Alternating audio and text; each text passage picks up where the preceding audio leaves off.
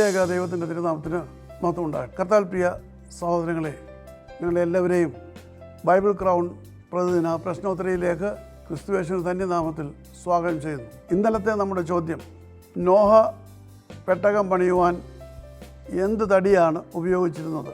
ഉൽപ്പത്തി പുസ്തകം 6-ാം അധ്യായം 14-ാം വാക്യത്തിൽ അതിൻ്റെ ഉത്തരമുണ്ട്. ഗോഫർ മരം. ഇന്നലത്തെ വിജയി.